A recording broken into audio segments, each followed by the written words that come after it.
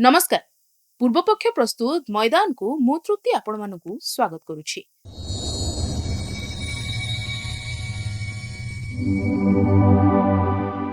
2027 ICC दिनिकिया विश्वकप ପାଇଁ एबेठारु प्रस्तुति एवं चर्चा जोर धरिलाणी। दक्षिण आफ्रिका, जिम्बाब्वे एवं नामिबिया रे खेला जिबाकु थिबा एही महाकुंभरे भारतीय दल किभଳି हेबो से नै प्रशंसक एवं विशेषज्ञक मध्यरे चालिछि अनेक कल्पना जल्पना। किंतु भारतीय दलर पूर्वतन स्टार बैटर रवीन उथप्पा एबे निजर एक 15 जणिया संभाव्य दल बाछि सारिछंती, जहा सुनिबा परे सारा क्रिकेट दुनिया स्तब्ध होई जाइछि। काहेकि जानंती? कारण एही दलरे से एपरि जणे खेलाळीଙ୍କୁ सामिल करिछंती जहांक बयस मात्र 15 वर्ष। हाँ दर्शक बंधु, आमे कहुछु बिहार तथा भारतर युवा सेन्सेशन वैभव सूर्यवंशी कथा। यशस्वी जसवाल और ईशान किसान को भली प्रतिष्ठित तारकंकु पछरे पकाई उथप्पा वैभव को बैकअप ओपनर भाबे रखिछंती। एहा सह संजू सैमसन को प्रत्यावर्तन एवं भुवनेश्वर कुमार को नाम को नै मध्य सृष्टि होईछि बड़ हलचल। आजिर एही स्वतंत्र एपिसोड रे आमे विश्लेषण करिबा रवीन उथप्पांको एही विस्फोरक 15 जणिया दलकु। वैभव सूर्यवंशी को नै उथप्पांकर बड़ भविष्य कोन एवं एही दल केते संतुलित। प्रथमे आसंतु जानिबा वैभव सूर्यवंशी विषय। मात्र 15 वर्ष बयस वैभव घरोई एवं इंडिया ए तथा युव दल पई जे धमाकादार प्रदर्शन करिसंती ताहा अविश्वसनीय। निकटरे शेष होइतिबा जिम्बाब्वे ग्रस्तरे वैभव 3टी टी20 मैच रे 50.33 हार एवं प्राय 196.10 र विस्फोरक स्ट्राइक रेट रे 151 रन करी प्लेयर ऑफ द सीरीज भाबे विवेचित होइथिले। तेबे ए नै रवीन उथप्पा निजर एक आलोचना रे बहुत बड़ बयान दैछंती। से कहिछंती जे व्हाइट बॉल क्रिकेट रे वैभव सूर्यवंशी प्रभाव महान सचिन तेंदुलकर को ठारू मध्य अधिक होई पारे।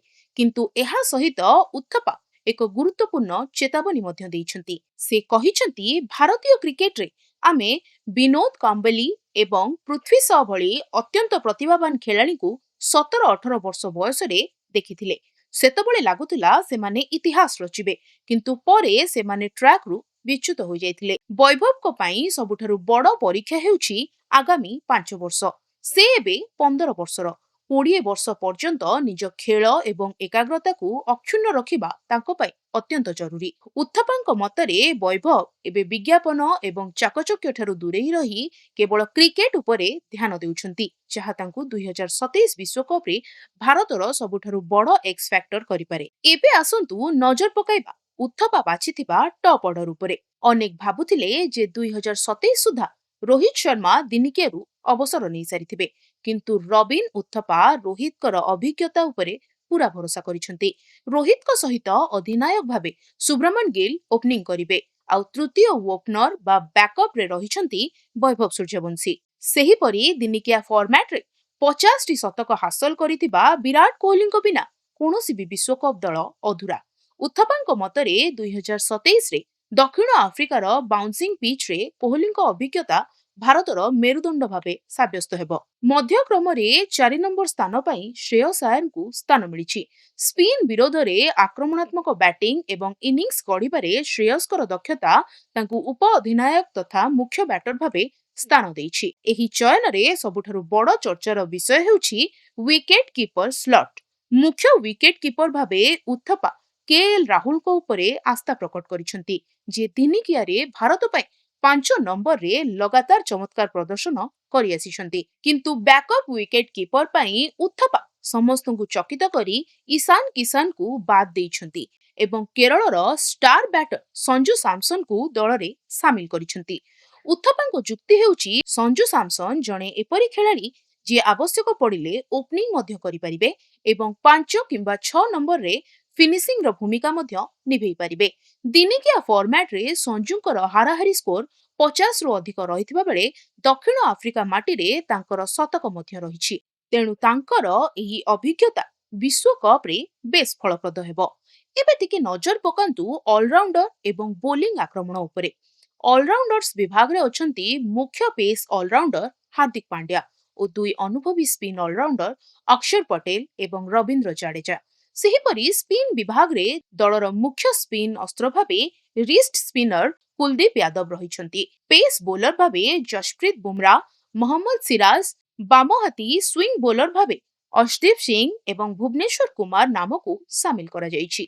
उत्थपाଙ୍କ मतरे दक्षिण आफ्रिकार स्विंग अनुकूल परिवेशरे भुवनेश्वरଙ୍କ भଳି अनुभवी स्विंग बोलर भारत पाई प्रारंभिक विकेट नेबारे वरदान साब्यस्त होई पारंती। दर्शक बंधु, रबिन उत्थपाଙ୍କ ଏହି ଦଳରେ ଯୁବ ପ୍ରତିଭା ଓ ଅନୁଭବର ଏକ ଅଦ୍ଭୁତ ମିଶ୍ରଣ ଦେଖିବାକୁ ମିଳିଛି। ଗୋଟିଏ ପଟେ 15 ବର୍ଷୀୟ ବୈଭବ ସୂର୍ଯ୍ୟବଂଶୀଙ୍କ ଭଳି ଯୁବ ବିସ୍ଫୋରକ ପ୍ରତିଭା, ତ ଅନ୍ୟପଟେ ରୋହିତ, ବିରାଟ, ବୁମରା ଏବଂ ଭୁବିଙ୍କ ଭଳି ମହାରଥୀ। 2011 ପରେ ଭାରତ ଆଉ ଦିନିକିଆ ବିଶ୍ୱକପ ଟ୍ରଫି ଜିତି ପାରିନାହିଁ। ତେଣୁ 2027 ବିଶ୍ୱକପ ପାଇଁ ବିସିସିଆଇ କଣ ସତରେ ଏଭଳି ସାହସିକ ନିଷ୍ପତ୍ତି ନେଇ ବୈଭବ ସୂର୍ଯ୍ୟବଂଶୀଙ୍କୁ ସୁଯୋଗ ଦେବ? ରବିନ ଉଥପ୍ପା ବାଛିଥିବା ଏହି ଦଳ ସହିତ ଆପଣ କେତେ ସହମତ?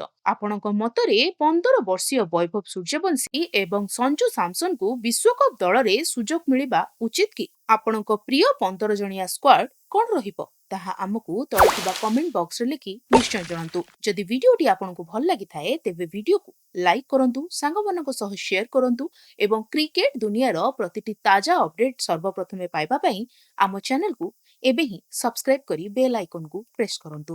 ତେବେ ଆଜି ପାଇଁ ଏତିକି, ପୁଣି ଦେଖାହବ ପରବର୍ତ୍ତୀ କ୍ରିକେଟ ଅପଡେଟ୍ ସହ। ସେ ପର୍ଯ୍ୟନ୍ତ ବିଦାୟ ଦିଅନ୍ତୁ। ରହୁଛି, ନମସ୍କାର।